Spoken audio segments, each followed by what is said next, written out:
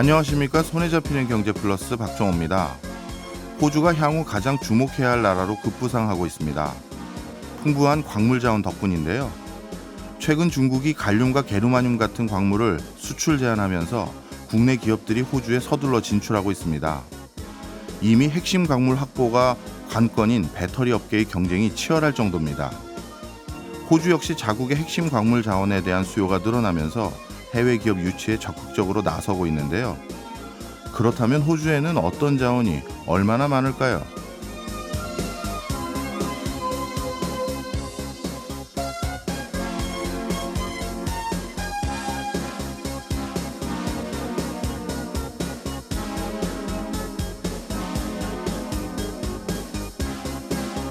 호주는 그야말로 광물 자원의 보고라 불릴만 합니다.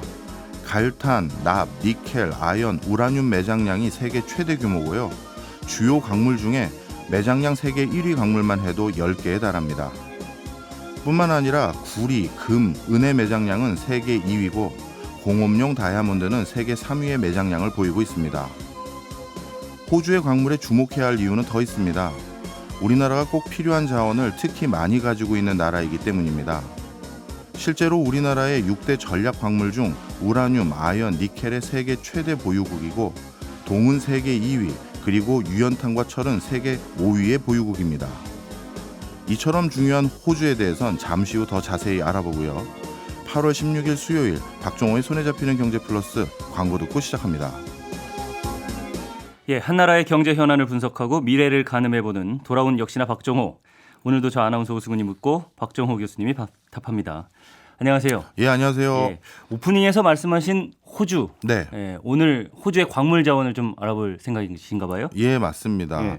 저는요, 앞으로 향후 10년간 가장 주목해야 할 산업 하나만 꼽아라 그러면 그 중에 하나 반드시 광업이 들어가야 된다. 이렇게 꼽습니다. 광업이라고 하면 사실은 우리가 뭐 최첨단 이런 산업은 아니고 예전부터 해온 산업인데 그게 오히려 앞으로 더 각광을 받을 거다 이 말씀이신 거네요. 예, 맞습니다. 전 세계적으로 광물 수요가 급증하기 시작했기 때문인데요. 일단 인구 증가가 가장 큰 요인일 수 있겠죠. 앞으로 지구 인구가 2050년까지 꾸준히 계속 늘 거니까요. 그런데 지금도 사실 우리가 사용하는 연간 광물의 양이 어마어마합니다. 지구인 1인당 광물 사용량이 연간 얼마나 될 것 같으세요? 1인당. 지구인 1인당 광물 사용량 이거를 뭐 무게로 할까요? 예, 무게로요. 한 광물 사용량 글쎄요 한 10kg 되지 않을까요? 10kg요? 아유, 너무 적게 잡으셨어요. 11톤 됩니다. 11톤이요? 예, 어마어마하죠. 예, 특히 이런 광물들이 더 많이 필요한 이유가요. 우리가 사용하는 가전 제품들의 성능을 점점 더 고도화하기 위해서는 자연상에 있는 광물을 있는 그대로 사용하는 게 아니라 말 그대로 합금이라고 하죠. 이런저런 광물들을 혼합해서 새로운 소재들이 필요하게 되는데 그러다 보니까 하나의 제품에 더 많은 광물들이 필요하게 된 겁니다. 대표적으로 1980년대 컴퓨터 칩을 제작하기 위해서는 12개 정도의 광물이 필요했거든요.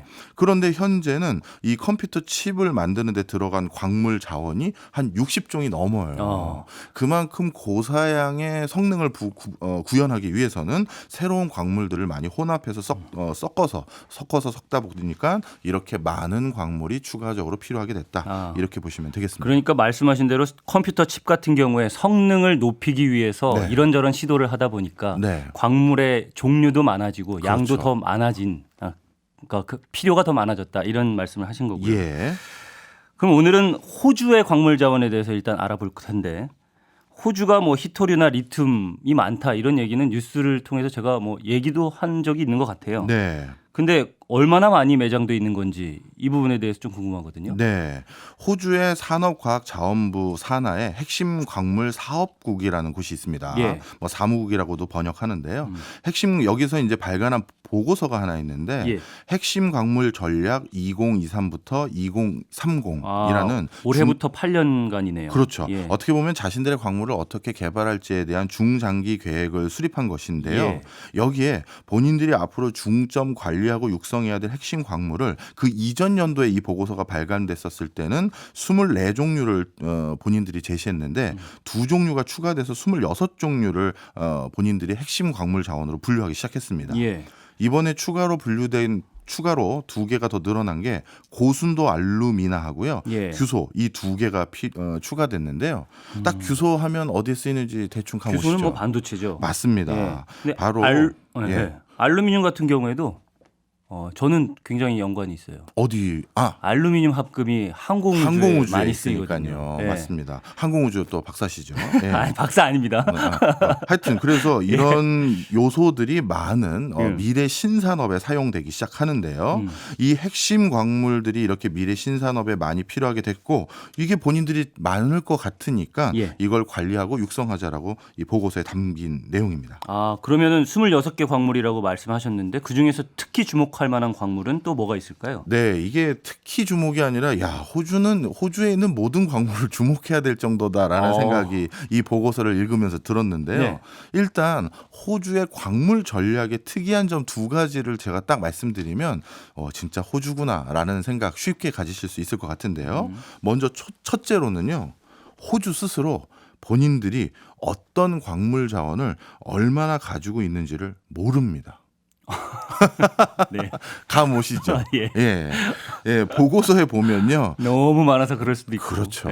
보고서에 보면 지질학적 잠재력이라는 항목이 있어요. 이건 뭐냐 하면 분명 호주 영토에 있다라는 어떤 학술적인 잠재 가능성은 높은데 우리가 아직 있는지 확인 안 했어요. 우리가 얼마나 매장되어 있는지 확인 안 했거든요. 요 정도 언급되어 있는 그 뭐랄까요? 광물 자원만 하더라도 뭐 크롬이라든가 갈륨, 게르마늄 요즘 이게 이 두 그 광물은 중국이 수출 제한하고 있는 거죠. 그다음에 헬륨, 인듐, 규소 전부 미래 신산업에 사용될 만한 광물들 이런 것들이 분명 우리 땅에 있는데 저희가 아직 확인은 안 했습니다. 이런 내용이고요. 그다음 두 번째 있는 거는 이미 다 확인이 됐는데 경제적 매장량은 이미 다 확인이 됐는데 채굴하지 않고 있는 게 있었어요.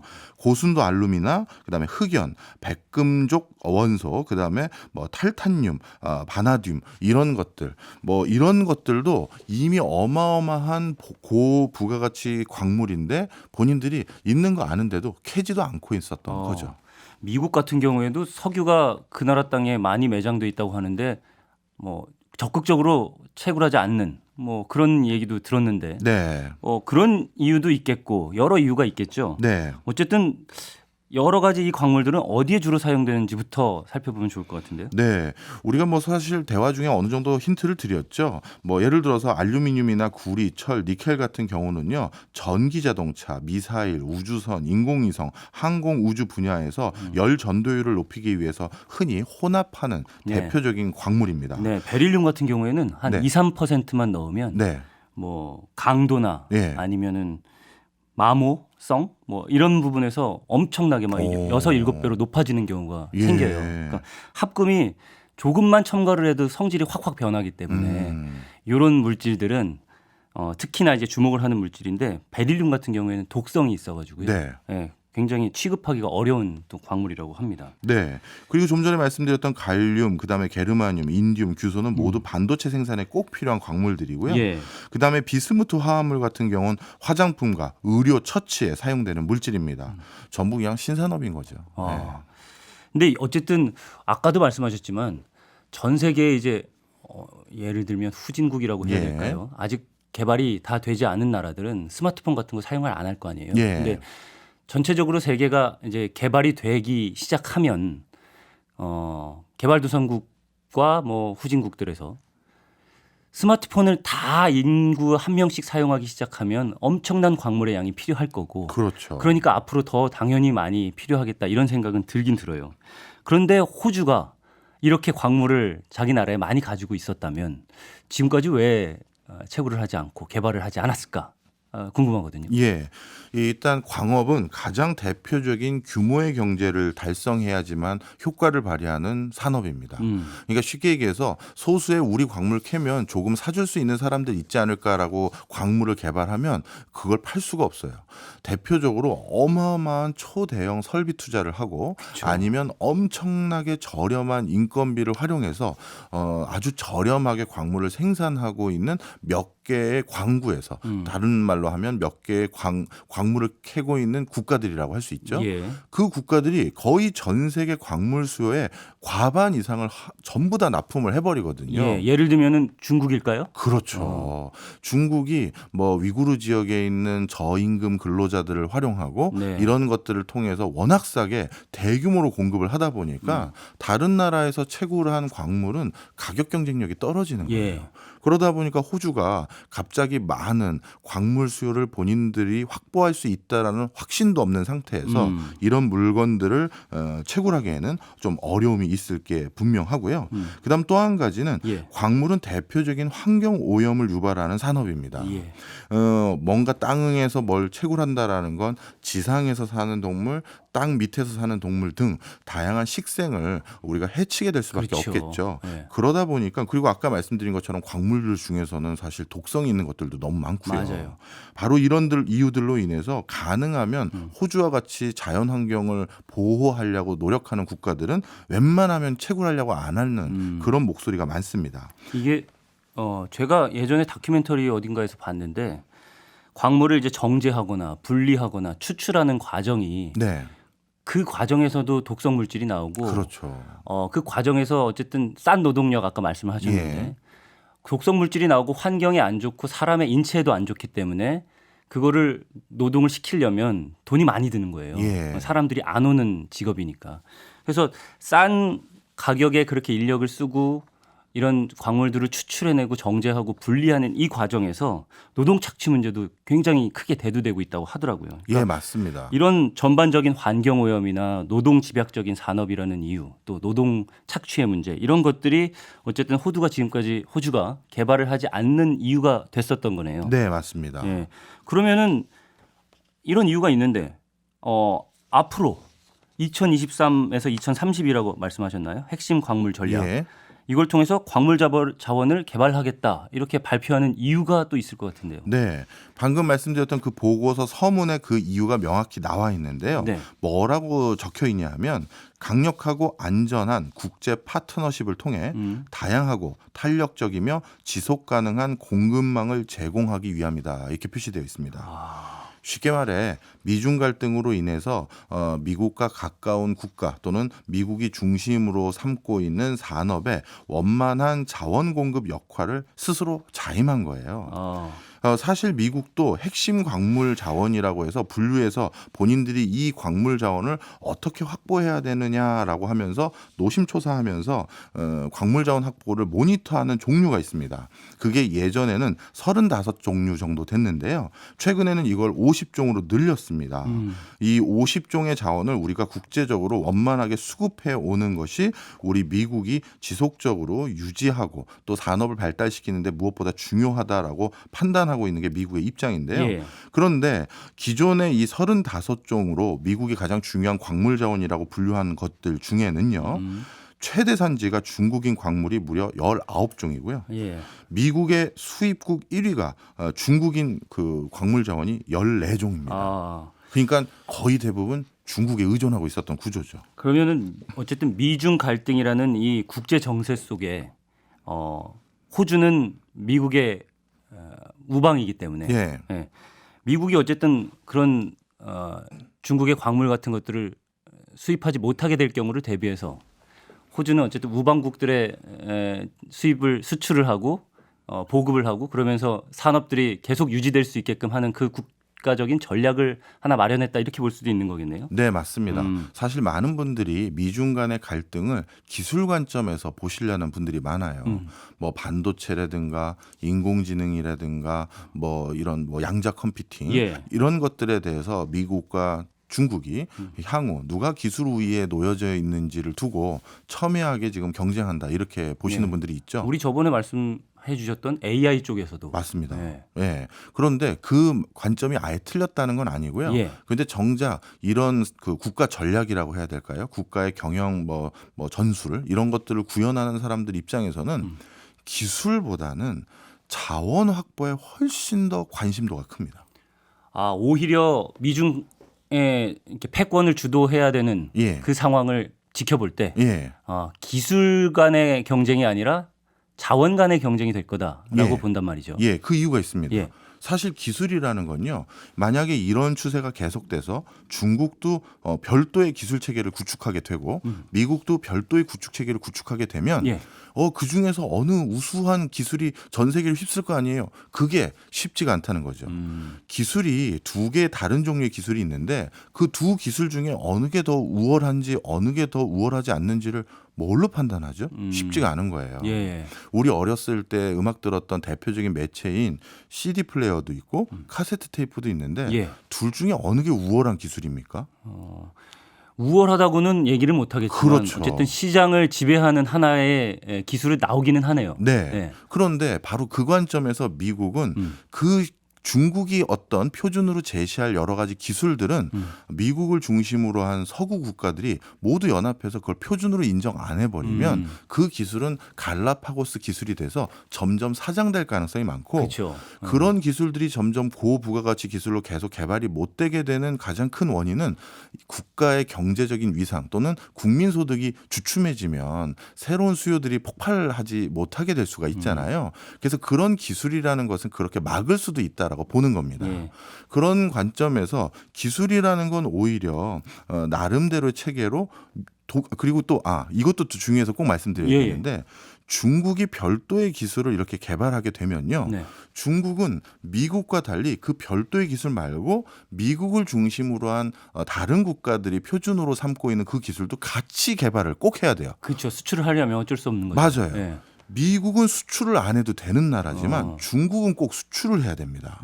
미국은 우리가 어느 나라가 꼭 수출을 하기 위한 목적, 왜 수출을 하고 먹고 살지? 이럴 때 꼭 그 이유가 뭐냐면 석유와 식량, 국가의 펀더멘탈을 유지하기 위해서 꼭 필요한 이 자원을 사오기 위한 돈을 벌기 위해 수출하는 것도 있거든요. 예. 근데 미국은 이 두 개의 자원은 이미 넉넉하잖아요. 근데 중국은 다르죠. 예. 중국은 전 세계에서 제1위의 석유 수입 국가이고 또 이제 식량 수입 국가로 바뀐 지도 벌써 20년 가까이 돼가고 있습니다. 알겠습니다. 그러다 보니까 중국은 이렇게 갈라파고스 기술로 이걸 가지고 우리는 알아서 우리가 할게라고만 할 수는 없는 상황인 거죠. 그래서 기술이 아니라 오히려 광물에 주목할 그렇죠. 수밖에 없다 이 예. 말씀이시고요. 물건 만들고 기술 발현하려면 광물 필요하니까요. 네. 호주가 광물 자원에 어쨌든 주목하는 이유는 미중 갈등 같은 국제 정세가 이런 한 국가의 자원 개발 계획에도 영향을 미친다. 이렇게 정리를 할 수 있겠습니다. 오늘 호주 광물 이야기 나눠봤는데요. 정말 재밌었어요. 네. 근데 사실 호주를 떠올리면은 동물이 유명하잖아요. 맞습니다. 그래서 호주에 특이한 동물들이 많고요. 캥거루나 오리너구리 더불어서 이 동물이 대표적으로 떠오르는데 퀴즈인가요? 퀴즈를 내드리겠습니다. 예. 이 동물은 무엇일까요가 오늘의 퀴즈인데요. 몸 길이는 60에서 80cm. 나무 위에서 살면서 유칼립투스 나무 잎을 먹는 이 동물의 이름은 무엇일까요? 이게 오늘의 퀴즈입니다. 혹시 힌트가 있을까요? 있죠. 굉장히 귀엽게 생긴 동물이고. 예, 제가 제일 기대하는 시간입니다. 이제. 예. 그런데 많은 분들이 착각을 하고 계신데요. 예. 이 동물이 우리나라에도 많이 서식하고 있습니다. 예? 네. 저녁에 약주 드신 아버님들이 이 동물로 변이하는 경우가 있고요. 저희 집에도 제가 술 먹고 들어가면 가끔 서식하거나 출몰하는 걸 목격한 적이 있습니다. 야, 진짜 기대를 늘 충족시켜 주시네요. 예. 예. 꼬알라 이런 거죠. 그런 표현 쓰시면 안 됩니다. 방송 중에. 알겠습니다. 정답은 문자로만 받는 거 알고 계시죠? 단문 50원, 장문 100원이 드는 문자 샵 8001로 보내주시고요. 정답자 중에 3분 뽑아서 2잔씩 커피 쿠폰 보내드리겠습니다.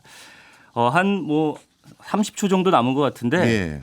우리는 어떻게 살 길을 찾아야 할까? 네. 네, 정리를 해주시죠. 예, 제가 좀 전에 국가 단위에서 자원 확보에 경쟁을 한다고 했지만 조금 더 카테고리를 아래로 낮추면 네. 바로 그 국가 밑에서 국가의 지원 속에서 성장하고 있는 기업들이 있죠. 중국 기업 입장에서는 한국 배터리 기업에 비해서 본인들이 더 큰 교두보를 만들기 위해서는 자원을 본인들이 더 많이 확보하려고 지금 노력하고 있거든요. 국가와 함께. 네. 그런데 우리나라도 당연히 지금 바로 이 배터리를 만들거나 반도체를 만드는 데 필요한 핵심 광물을 중국의 견제라든가 아니면 국제적인 어떤 뭐랄까요 분란 이런 것으로부터 자유롭게 원만하게 수급받기 위한 교두보를 만들어야 될 상황입니다. 네. 그런 과정에서 호주라는 나라 앞으로 우리가 더욱더 돈독하게 지내야 되지 않을까 저는 그렇게 생각합니다. 네, 알겠습니다. 요즘 가장 궁금한 나라의 속사정을 들여다보는 역시나 박정호. 저는 여기서 마무리하고 다음 주에 찾아오겠습니다. 예, 지금까지 오승은 아나운서였습니다. 오늘도 고맙습니다. 예, 감사합니다. 저희는 광고 듣고 2부로 돌아오겠습니다. 억울한 일 저희가 풀어드리겠습니다. 법으로 돈 문제 해결해드리는 억울한 경제 시간. 오늘도 법무법인 로인의 조세영 대표 변호사와 함께합니다. 어서 오세요. 안녕하세요. 예, 오늘은 어느 사연 해결해 주실까 하고 살펴봤더니 중고차 매매 관련한 문제 해결해 주신다고요? 네, 이 중고차 판매 시장은 전형적으로 정보 자체가 불균형한 그런 시장이죠. 그렇다 보니까 소비자가 손해를 입게 될 우려가 높은 구조를 가지고 있습니다. 오늘은 중고차 매매와 관련한 피해 사례와 해결 방법, 그리고 피해를 어떻게 하면 예방할 수 있을까까지 상세하게 말씀드릴 예정입니다. 네. 중고차 샀더니 장고장으로 돈은 돈대로 들고 마음고생까지 하시는 분들 많으실 텐데요. 실시간 상담 받으실 수 있습니다. MBC 스마트 라디오 미니나 짧은 문자는 50원, 긴 문자는 100원에 정보 이용료가 추가로 드는 유료 문자 샵 8001번으로 내용 보내주십시오. 조세영 변호사님이 해결해 드립니다. 자, 이번 여름에도 비 정말 많이 온 것 같아요. 그러다 보니까 침수차 발생 많이 됐을 것 같은데요. 이 중고차 매물로 이 침수차들이 막 나오지 않을까 이런 우려하시는 분들도 많을 것 같습니다. 네, 지난 6월부터 7월까지 장마가 좀 발생을 했었잖아요. 그래서 전국에서 1,500대 가까운 침수차가 발생했다고 합니다. 이 침수 차량이 대거 중고차 시장으로 유입될 수 있어서 문제가 되고 있습니다. 자동차에 침수 피해가 발생을 하면 보통은 보험사가 이 자동차의 중고가 가치를 따져서 그 금액을 차주한테 지급하고 이 보험사에서 해당 차를 인수하거든요. 예. 그래서 상태가 심각하면 폐차를 하거나 또는 공개 매각 방식으로 처리를 하게 되기 때문에 이렇게 기록이 남은 차 자체는 문제가 되지 않을 수 있습니다. 예. 침수 자체가 문제가 되는 거는 보험에 가입이 돼 있지 않거나 또는 보험에 가입이 돼 있더라도 자차 처리를 하지 않은 경우에는 이 사고 이력이 남지 않기 때문에 사고 이력 조회만으로는 침수 사실을 확인하기 어렵다는 문제가 생기는 겁니다. 이렇게 침수 이력이 있는 차를 속이고 중고차로 매매하는 건 당연히 불법이죠. 그렇습니다. 부분 침수로 이제 중고차 시장에 나온 침수차는 당연히 그 사실을 소비자에게 알려야 됩니다. 제대로 알리지 않으면 자동차 관리법 규정에 의해서 매매상사 종사원은 2년 이하의 징역 또는 2천만 원 이하의 벌금에 처해질 수 있는 중죄고요. 또 소비자는 자동차 인도일로부터 90일 이내에 해당 계약을 파기할 수 있습니다. 네. 그래서 얼마 전 국토부에서 침수차 매물을 완전 차단하겠다 이런 관련 법을 내놓는다고 했는데 맞습니까? 네, 다행히도 이런 시행 규칙이 시행이 됐는데요. 앞으로 침수 차량은 의무적으로 검사를 받도록 법이 좀 바뀌었습니다. 이 국토교통부에 따르면 시장 군수구청장이 천재지변이나 화재 또는 침수로 안전운행에 지장이 있다고 인정되는 자동차 소유자에게 국토부 장관이 실시하는 임시검사를 의무적으로 명하도록 하는 내용으로 이 자동차 관리법 시행규칙이 변경됐다라고 공표를 했는데요. 이 임시검사 의무 대상은 어떤 자동차냐면 이 천재지변, 화재 또는 침수로 일정한 곳으로 옮긴 자동차거든요. 예를 들어서 폭우가 일어나면 도로에 자동차가 침수돼서 방치되잖아요. 이때 이제 시장 군수 구청장의 명령으로 직접 방치된 자동차를 일정 장소로 옮기게 되는데 이런 차량들이 여기에 해당하게 됩니다. 네. 사실 지금은 침수차에 대해서 주로 말씀을 드리긴 했습니다만 중고차 구매할 때는 침수차뿐만 아니라 여러 문제가 있는 차를 잘못 고르게 될 수도 있거든요. 이런 것들은 이제 사고 이력이 있는 차다 우리가 이렇게 그냥 분류하는데 이런 차들을 무사고라고 속이는 경우 이런 것들이 많다면서요. 네, 사례가 많이 있는데요. 한 소비자가 무사고 차량이다라는 설명을 듣고 차량을 구입했는데 구입한 후 일주일 정도 됐을 때 변속기에 문제가 생겨서 정비업체에 점검을 받았다고 합니다.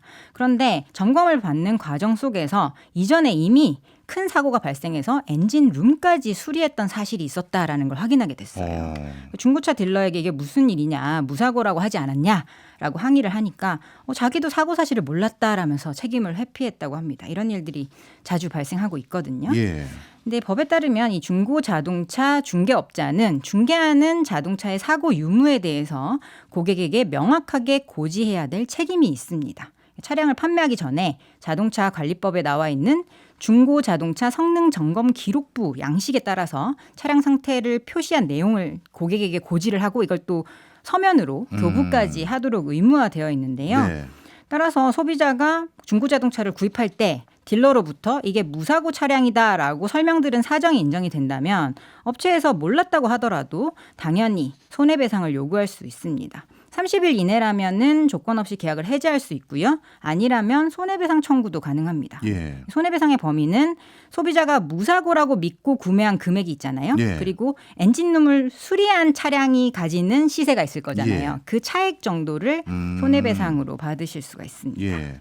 물론 30일 이내에 계약을 해지하면 될 테지만 중고차 구매하고 나서 얼마 지나지 않아서 갑자기 그 뒤부터 결함이 막 생기는 거예요. 그럴 때도 보상을 받을 수 있나요? 네, 실제로 중고차 구입한 지 15일 만에 엔진 내부 피스톤에 결함이 발생해서 엔진 수리비로 150만 원이나 이제 지급해야 되는 그런 예. 사건도 있었습니다. 현행 소비자 분쟁 해결 기준에 따르면요. 보증 기간이 명시가 되어 있는데 그 보증 기간의 가장 짧은 기준이 매매 후 30일 이상 또는 주행거리 2,000km 이상으로 정하도록 되어 있기 때문에 그 기간 중이라면 보증 범위에 당연히 해당이 돼서 수리비만큼의 보상을 받을 수 있습니다. 네, 이건 또는이니까 예를 들어서 30일 이상에 걸렸지만 그 주행거리가 2,000km보다도 더 적어도 둘 중에 하나만 해당돼도 되는 거죠? 네, 그렇습니다. 예, 알겠습니다. 헐값으로 매물을 올리는 수법이 요즘 제일 많다고 하더라고요. 정작 이제 물건 보러 갔더니 그건 방금 팔렸고 그다음에 다른 차를 보여드리겠다 하면서 소비자들을 속이는 경우가 많다고 하던데 이것도 사실인가요? 네, 이게 부동산 시장에서도 이런 일이 많이 맞아요. 벌어지는데 예. 이게 자동차 시장에도 이런 일이 많다고 합니다. 소비자가 중고차 매매 사이트 그 홈페이지에서 마음에 드는 차량이 헐값 수주로 나와 있는 것을 발견을 하고 해당 차를 판다는 중고차 딜러가 있는 매매 단지에 찾아갔는데 예. 딜러는 원래 제시했던 가격보다 6배나 비싼 가격을 요구를 하는 경우도 있습니다. 소비자가 말도 안 된다, 나는 안 사겠다라고 거부를 하면 이상한 폭언까지 해가면서 차에 타봐라라는 식으로 얘기해놓고 거기에 막 가둬놓은 채로 강요를 하기도 하는 그런 사례들이 많이 있다고 해요. 실제로 중고차 매매상물이 36명이 매매상사 2곳을 운영하면서 이 중고차 사이트에 시세보다 싸게 매물을 올려두는 허위 매물 등재 방식으로 많은 이익을 얻었다고 하는데요. 방식이 어떻냐면 소비자가 매매 상사를 직접 방문을 하면 우선 계약금으로 10%를 달라라고 해서 돈을 받습니다. 예. 그러고 나서는 가격이 다르다라고 말을 하는 거예요. 그러면 소비자가 반발을 하겠죠. 그러면 여러 명이 막 달려들어서 욕설을 하고 협박을 하면서 다른 차를 보여주겠다라는 예. 식으로 해서 시세보다 비싸게 강매를 하는 수법을 썼다고 합니다. 이 무리가 이 협박과 강매 같은 방법으로 챙긴 돈이 무려 15억 원에 달했다고 합니다. 이야, 생각보다 이런 사례가 많으니까 10억 원이나 벌었겠죠? 네, 네. 이게 전형적인 수법인데요. 실제로는 존재하지 않는 허위 매물을 올려서 일단은 손님이 전화하게끔 만들고요. 예. 전화를 하면 이 차 연락이 너무 많이 오는 차다. 빨리 안 오면 내일 당장 팔릴지도 모른다라고 해서 방문을 유도합니다. 예. 그러고 나서 손님이 막상 현장에 방문을 하면 그 매물이 방금 전에 팔렸다라거나 아니면 방금 최종 점검을 했는데 그 과정에서 문제가 좀 있어서 정비소로 보냈다라는 식으로 말을 돌리면서 이왕 오셨으니까 비슷한 다른 차량을 소개해 주겠다라고 하거든요. 소비자는 허탈한 마음은 있지만 그래도 여기까지 왔으니까 구경이나 해보자라는 심정으로 이런저런 차를 보다가 딜러가 소비자를 정신없게 만들기 위해서 온갖 이야기로 감언이설을 하죠. 예. 그래서 판단이 순간적으로 흐려져서 계약을 체결하게 되는 경우들이 있는 겁니다. 정말 조심해야겠네요. 차는 뭐 어떻게 보면 생명과도 관련된 거기 때문에 문제 있는 차를 잘못 사면 큰일이니까요. 근데 이런 경우도 많다고 하더라고요. 차종은 똑같은데 번호판이 다른 거예요. 그냥 쉽게 말해서 다른 차잖아요. 그러면. 그런데 이렇게 아예 다른 차를 마치 그 차다. 내가 아까 말한 그게 이거다라고 얘기한 거. 이것도 속이는 거잖아요. 네, 맞습니다. 제가 조금 전에 말씀드린 아예 다른 허위 매물 수법은 이미 소비자들이 너무 많이 알고 계신 거예요. 예. 그래서 이 헐값에 올려둔 그 차다라고 하면서 현장에서 색상과 차종이 동일한 차를 보여주는데 예. 번호판도 다르고 주행 거리도 다릅니다. 그러면 이게 다른 차잖아요. 이게 결국은 허위 매물인 건데 소비자가 뭐 번호가 왜 다르냐라고 물어보면 이 사진으로 올려둘 때는 상품용 번호판을 따로 제작을 해서 올린다. 원래 번호판은 지금 보시는 이 번호판이 맞다라는 식으로 거짓말을 하거나 주행 거리는 왜 이렇게 달라졌나요? 라고 물어보면 주행 거리는 처음 우리가 차를 인수해 왔을 때 기준으로 써놓은 거고 차를 가만히 두면은 상태가 안 좋아지니까 우리가 리프트를 띄워서 공회전을 돌리는 방식으로 관리를 한다라는 식의 거짓말을 하게 됩니다. 꽤 그럴듯해요. 이런 피해 그러면 당하지 않으려면 이제 우리가 어떻게 해야 될까요? 네, 기억해야 될 것은 싸면서 좋은 중고차는 없다는 점입니다. 그게 제일 정확하죠. 네, 예. 기본적으로 이 차가 어떻게 이 가격이지 싶으면 거의 허위 매물이다라고 보시면 되는데요. 이 가짜 매물 사기꾼들이 미끼로 삼는 것은 어느 정도의 헐값의 허위 매물이에요. 예. 그래서 1,000만 원대 미끼 매물을 정상 매물의 경우보다 한 200에서 500만 원 정도 저렴하게 내놓고 주행 거리도 연식에 비해 짧다고 소개를 해놓는 방식을 많이 취한다고 합니다. 네. 그래서 이런 허위 매물로 피해를 경험을 했다면 관할 지자체에 신고하시면 되는데요. 이 법령 위반에 해당하면 영업 정지와 같은 행정 처분도 이루어지고 만약에 뭐 거기서 욕설을 들었다거나 협박을 당했다는 식의 형법상 불법 행위를 겪으셨다면 당연히 경찰에 고소도 가능합니다.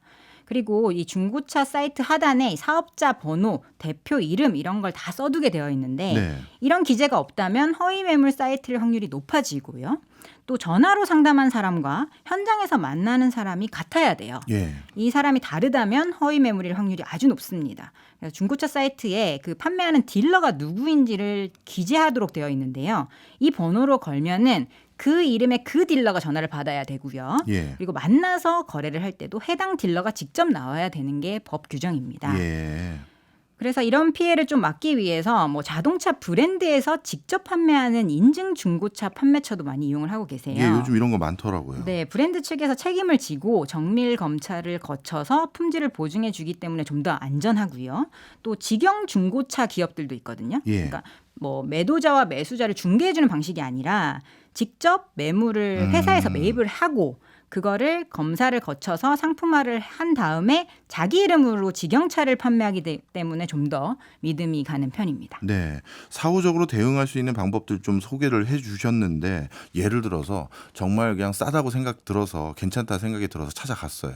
그랬더니만 우리 영화에서 나온 것처럼 막 몸에 문신도 있고 등치 크신 분들이 뭐 좀 겁박을 해서 너무 겁이 나서 사인하고 그리고 계약금 다 치르고 나머지 잔금은 송금해 드리겠다 하고 이제 왔습니다. 네네. 그러면 이거는 분명 강압적인 상태에서 계약이 체결된 거니까 바로 근처 경찰서나 이런 데 가서 내가 어쩔 수 없이 무서워서 이거 계약서 체결한 건데 다시 없는 걸로 해 주십시오 하면 완전히 없는 걸로 될 수 있는 건가요? 네, 30일 이내라면은 자동차 관리법에서도 계약 취소를 할 수 있도록 규정하고 있기 때문에 뭐 빠르게 연락을 해서 내가 계약을 취소하겠다는 의사 통지를 했다라는 증거를 만들어 놓는 게 좋습니다. 네. 뭐 녹음을 하시거나 문자를 보내시거나 내용 증명을 보내는 방법이 있겠죠. 네, 알겠습니다. 그다음에 이제 가장 손쉬운 건 자동차 살 때는 자동차 등록증이라고 할까요? 이거 확인하는 거 중요하잖아요. 네, 이 중고차 구입하시기 전에 자동차 등록 원부 꼭 확인하셔야 되는데 의외로 그냥 대충 넘어가는 경우가 많이 있습니다. 네. 이 자동차 등록 원부에는 중고차 현재 소유자가 누군지 혹시 이 자동차 자체에 체납된 세금이 걸려 있는지 같은 내용들을 다 확인하실 수 있거든요. 그래서 중고차에 만약에 뭐 주정차 위반이나 속도 위반 같은 이유로 과태료가 부과됐는데 납입하지 않거나 또 세금이 체납된 사실이 있다면은 네. 거기에 나와요.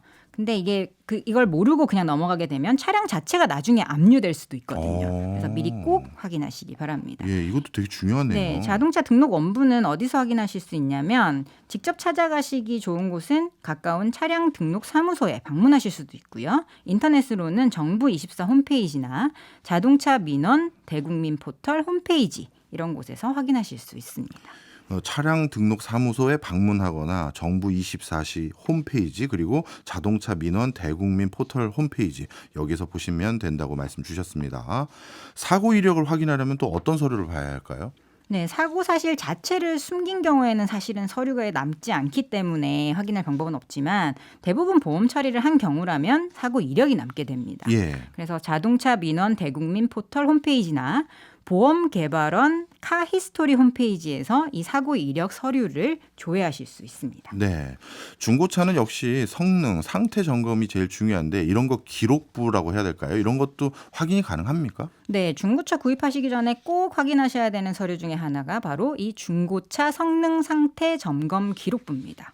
그래서 그 기록부를 통해서 이 자동차의 성능이 어떻게 되는지, 상태가 어떻게 되는지까지 확인하실 수 있는데 앞서 말씀드린 바대로 여기에 중고차 판매 직원이 이것을 제대로 고지하지 않거나 거짓으로 고지한 경우에는 이 매매업 자체의 등록이 취소되거나 최장 6개월 동안 그 사업 전부나 일부가 정지될 수 있기 때문에 이 기록 자체를 꼼꼼하게 기록하게끔 되어 있거든요. 그래서 네. 꼭 확인하시기 바랍니다.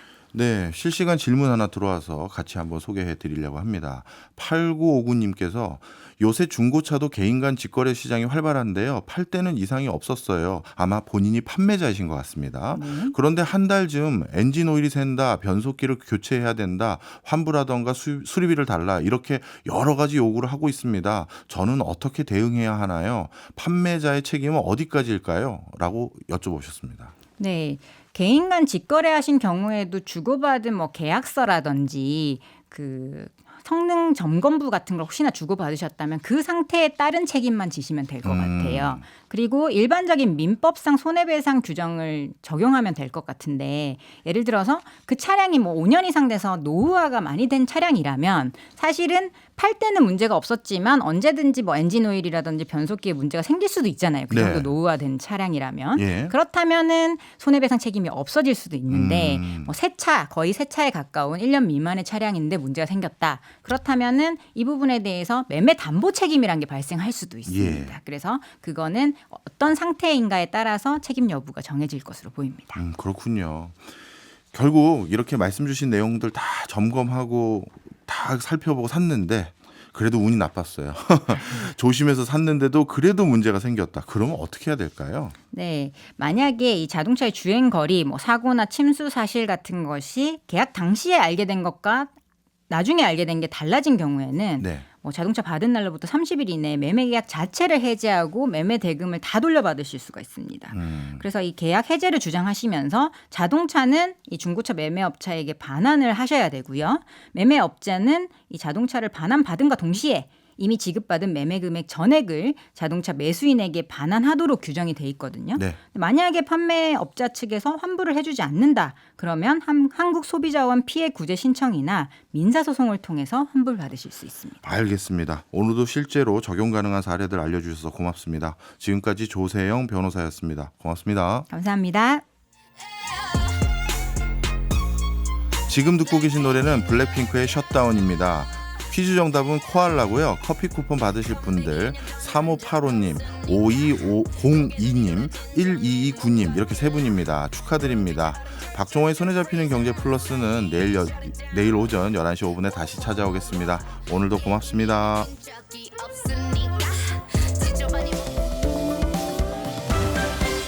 경제 생활의 플러스가 되는 아주 경제적인 시간. 박정호의 손에 잡히는 경제 플러스.